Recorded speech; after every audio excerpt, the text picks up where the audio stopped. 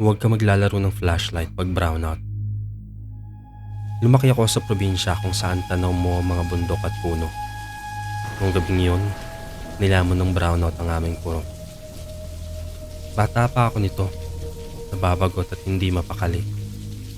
Nakaupo sa hagdan ng bahay habang mahimbing na natutulog ang aking mga magulang. Ang tanging ilaw sa bahay ay ang maliit na flashlight na isinabit ng aking ama sa isang pako malapit sa pinto. Kinuha ko yon at pinaglaruan. Tinutok ko ang flashlight sa malayo, patungo sa mga punong sumasayaw sa hangin ng bagyo. Nang sa di kalayuan ay may nadaanan ng ilaw ng flashlight. Paa ng tao. Na-curious ako at dahan-dahan na inangat ang ilaw mula sa paa.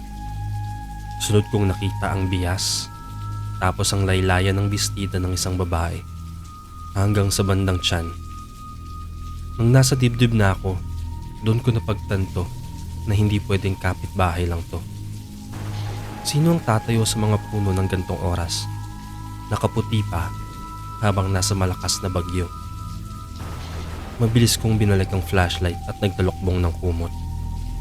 Noon ko naramdaman ang katiyakan na alam niyang naroon ako, na matagal na siyang nakatayo sa dilim bago ko pa itutok sa kanya yung flashlight. Hindi na uli ako naglaro ng flashlight sa dilim simula nun.